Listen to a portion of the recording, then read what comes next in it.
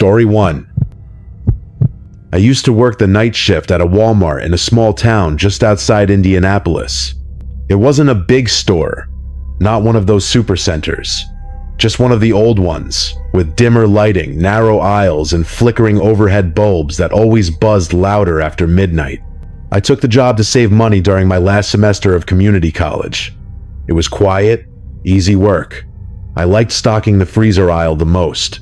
It was usually empty, tucked away near the back of the store, and something about the low hum of the coolers made the night go faster.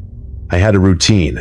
Clock in at 10, break at 2, stock the freezer between 3 and 5. That was my rhythm. That's how I knew when something changed. The first time it happened, I thought I imagined it.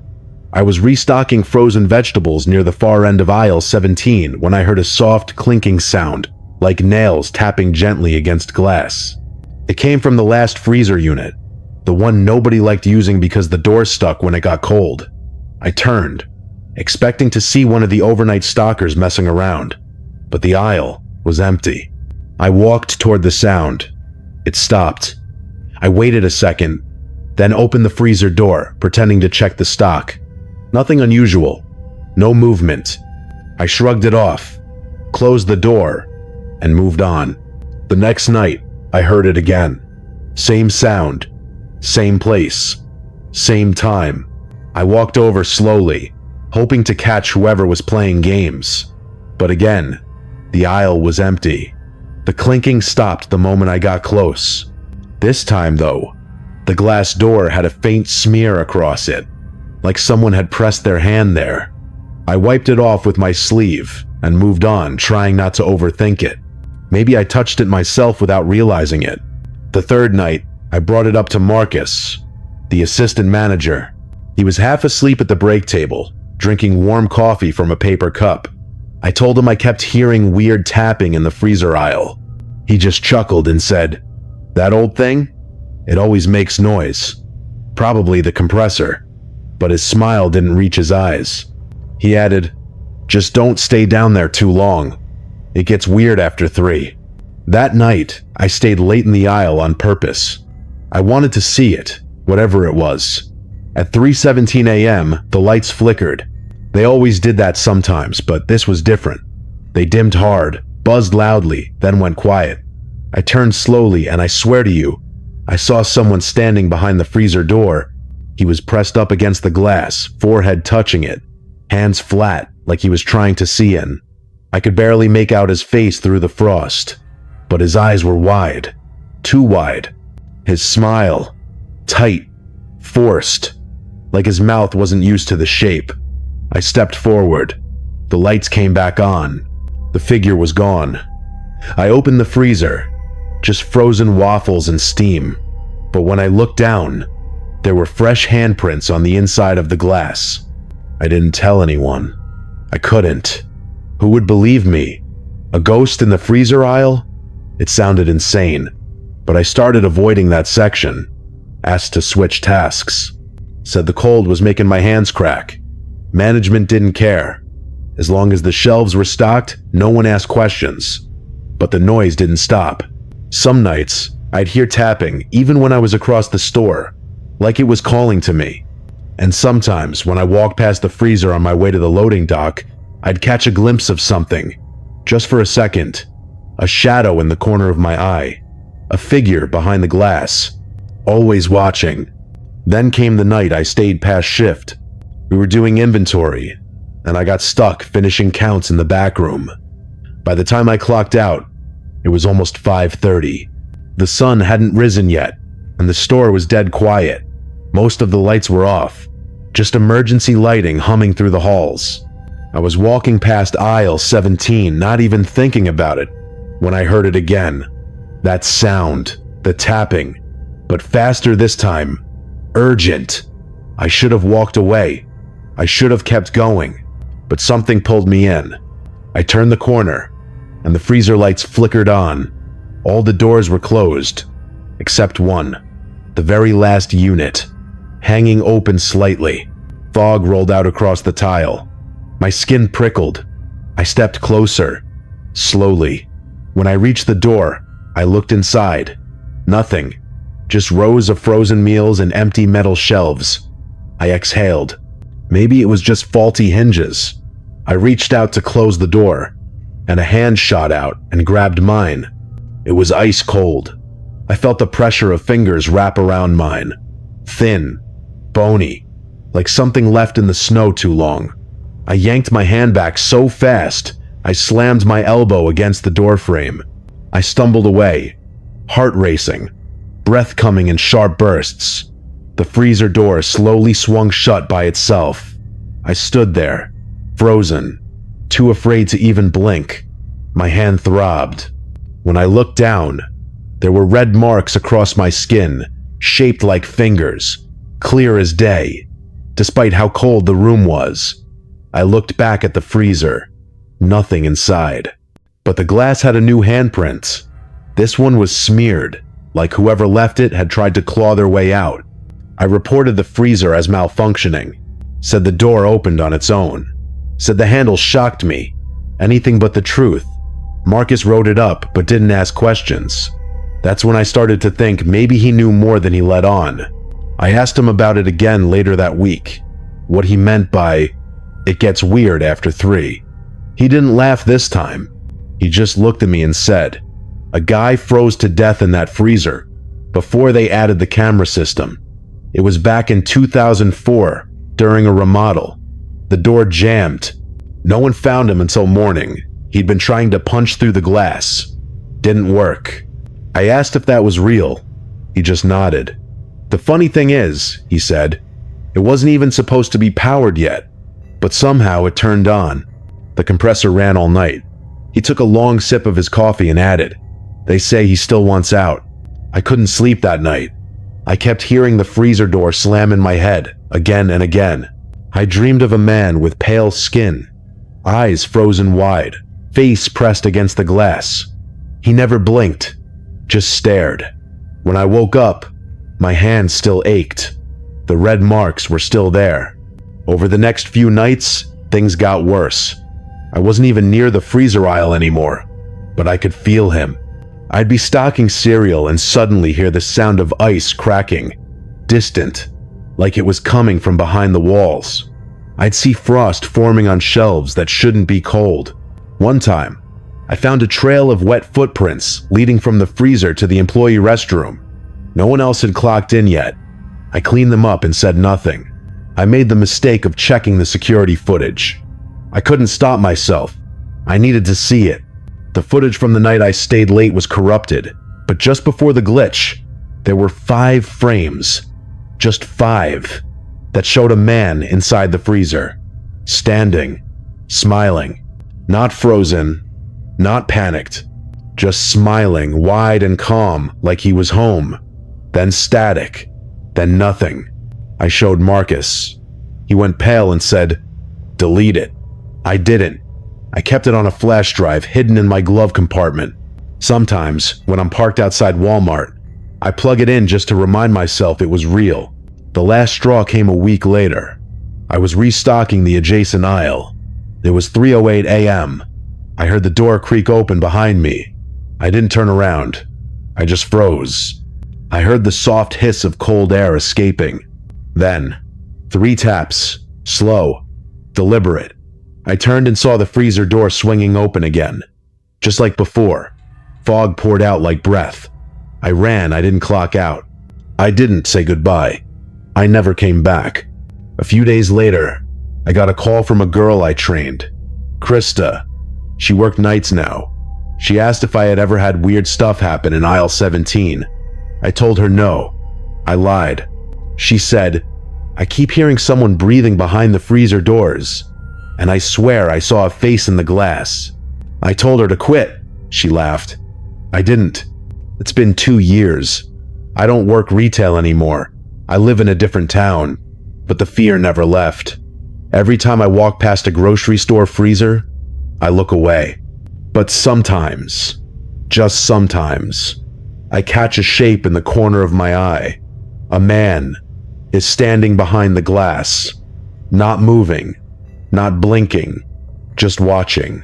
And if I ever stop and look straight at him, I know that freezer door will open again. Story 2. I started working at a Walmart in Fort Worth, Texas during my second year of college. It wasn't my dream job, but it paid more than the campus gig and worked better with my night class schedule. I usually closed 4 nights a week, from 6 p.m. to midnight. It was a quiet store, too quiet sometimes. After 10, the place emptied out. Most customers were gone, just a few stragglers walking around.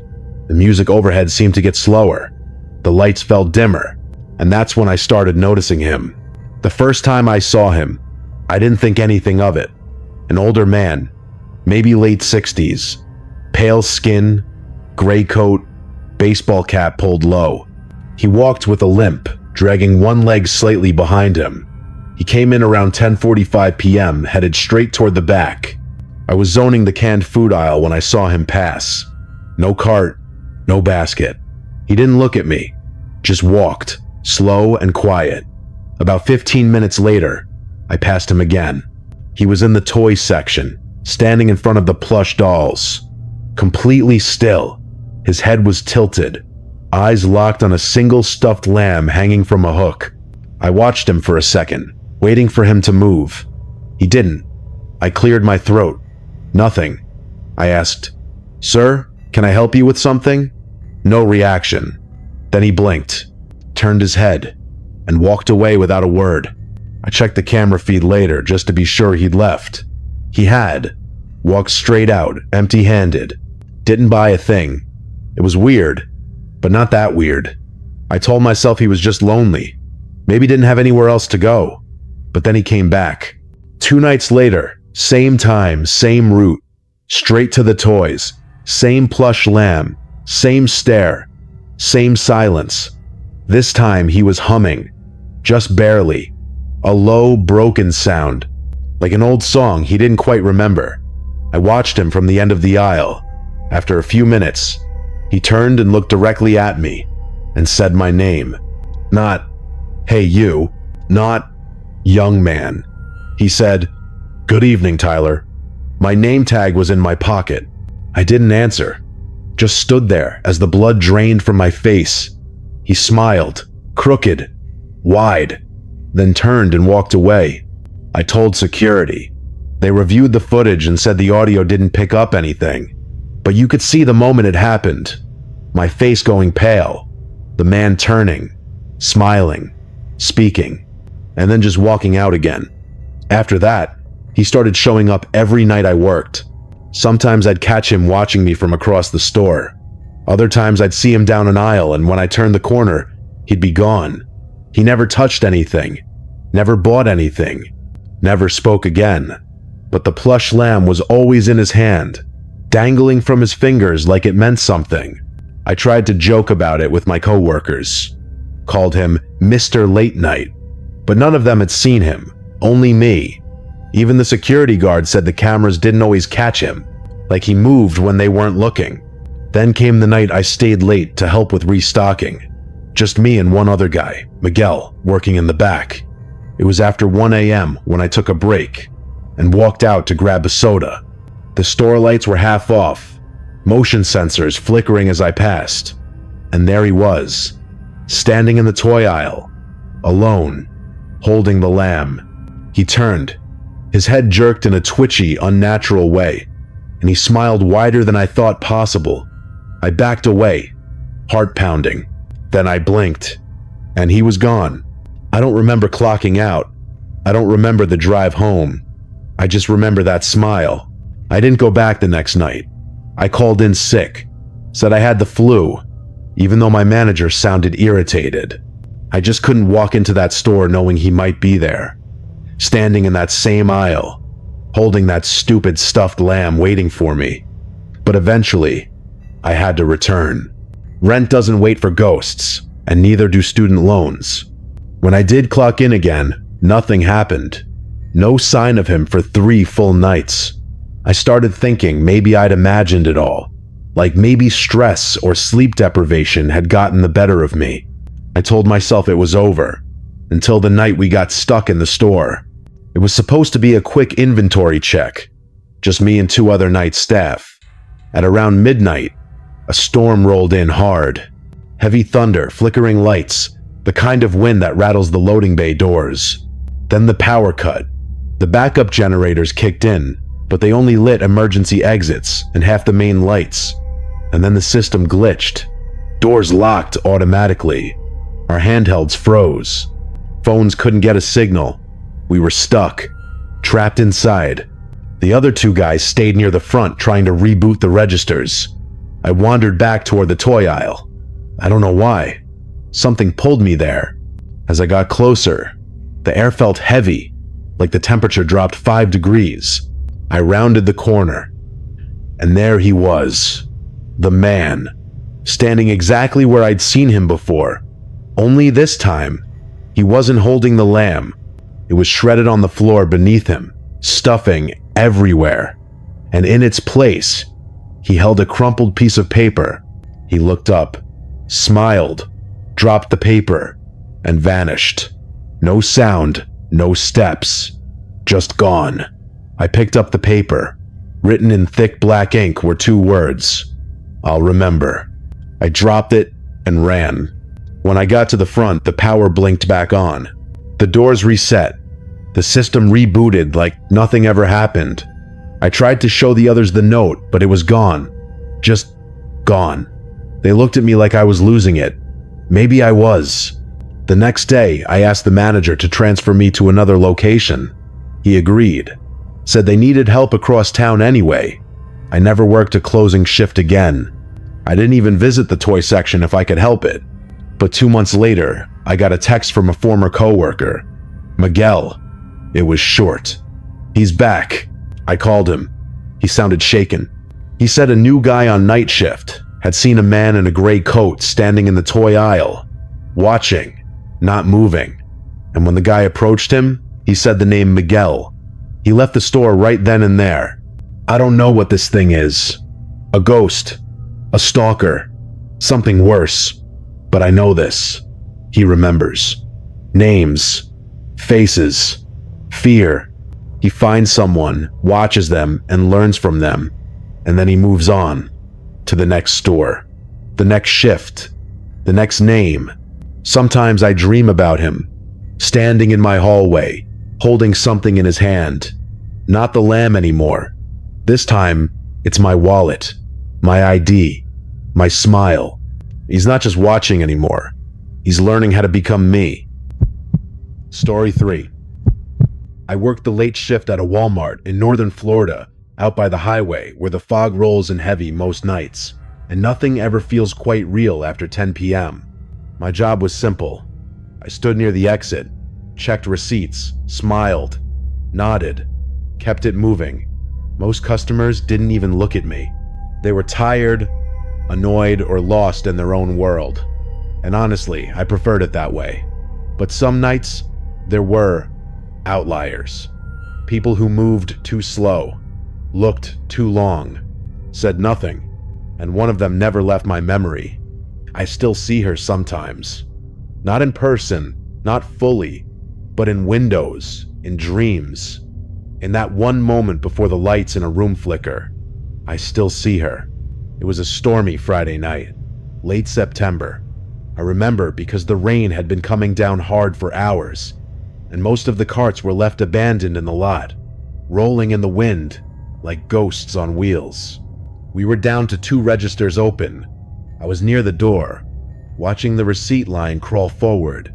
Nothing out of the ordinary, until she stepped up. She wasn't holding a cart. No bags, no items. Just a woman in a long dark blue raincoat with the hood up. I remember how the fabric clung to her, soaked through, water dripping from the hem. Her head was tilted slightly downward, like she was watching her own feet as she walked. At first, I assumed she was with someone who had gone ahead, so I reached for the receipt scanner automatically. But she didn't hand me anything. She didn't even stop, just kept walking, slow and steady, straight toward the exit, like I wasn't even there. I stepped forward. "Ma'am?" I said quietly at first, then again louder. "Ma'am, I need to see your receipt." Still, she didn't react, didn't even flinch. Then she reached the automatic doors, and they didn't open. They stayed shut. Her body stopped 2 feet from them. She lifted her head. I will never forget her face. Her skin was pale, grayish white, like wax. Her lips were slightly parted, and her eyes were the worst part. Not because of their color, not because they glowed or wept blood or anything like that. It was because they were hollow, not metaphorically, literally. 2 black voids where eyes should have been. I froze, couldn't breathe, couldn't move. She turned her head slowly toward me. Her face didn't change. New expression, new emotion, just absence. Then the lights above the exit flickered, and she vanished. No sound, no puff of smoke, no glitch in the system. She was just gone. The door slid open a second later with a cheerful ding, as if nothing had happened. I stumbled backward, knocking over a display of umbrellas. A few customers stared, but no one said anything. It was like they hadn't even seen her. I ran to the security office and told them what I saw. They pulled the footage, and I sat next to the monitor, heart still hammering in my chest. We watched the exit feed together. There I was, standing, waiting, staring at the air, but there was no woman, no raincoat, just me, reaching out, talking to no one. But something was there, a distortion, a blur on the screen, like heat rising off pavement. It floated forward, paused at the doors, then flickered and disappeared. That was all. The manager chalked it up to exhaustion, told me to take a break, maybe even go home early, but I couldn't. I needed the hours, I needed the money, so I stayed, and that was the mistake. I tried to forget about her, I really did. For a couple of nights I even convinced myself it was just exhaustion. Maybe I'd hallucinated her. Maybe it was a trick of the light, of stress, of shadows on a wet floor.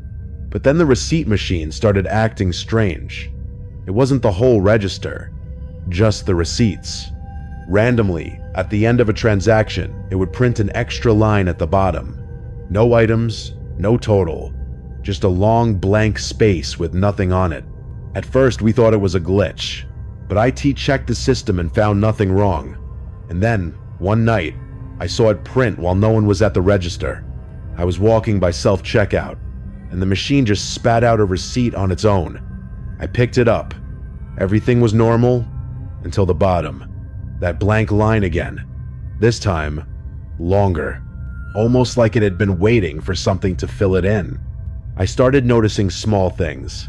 Lights above the exit would flicker every time someone walked through. Not all the time, just sometimes. Always when the receipt had that blank line. A couple of coworkers joked it was some ghost that just really hated shoplifters. But they didn't see her. They didn't look into that face. They didn't hear the silence press against their ears like a scream that never came. Then one night, I was working alone at the exit, near closing, when I heard a soft tapping on the glass behind me. Just 2 short knocks, like someone gently asking to come in. I turned. Nothing. Just the fogged up glass of the emergency door. I walked toward it, heart hammering, half expecting to see her again. But no one was there. Just a folded receipt lying perfectly in the center of the floor. I picked it up with shaking hands. It was blank.com, completely dot, no store info, no logo, no time, no date. Just that same white paper, heat pressed with nothing. I looked up, and in the glass, just faintly, I saw her reflection behind me. Not her body, just her face, hovering, expressionless, hollow-eyed. I turned around. No one. But the receipt in my hand had started to curl like it was burning around the edges. I threw it away and clocked out early. That was the last shift I worked in that store. They transferred me to a different location closer to the city. New building, bright lights, new people. For a while, I felt normal again, but in my second week, something happened. A woman brought a cart full of cleaning supplies. I scanned her receipt. Looked fine at first. Then I saw it. At the bottom, the blank line. That same space. My hands shook a little as I handed it back. She didn't notice. She just walked out. I turned to the receipt printer. It whirred. Spat out another one. A test run, maybe. I picked it up. My name was on it. Not as the cashier. Just printed faintly across the blank line at the bottom. My full name. First and last. In the same faint, gray text. I reported it. Management ran diagnostics. Said it was probably a software hiccup, but no one could explain how the system pulled my name without any entry fields. And that's when I knew she hadn't stayed behind. She followed the paper. She followed the receipts. Now every time I scan one, I hold my breath, because I know one day soon, it won't be just my name at the bottom. It'll be my date, my time, my end. And when that receipt prints, she'll walk through the doors again,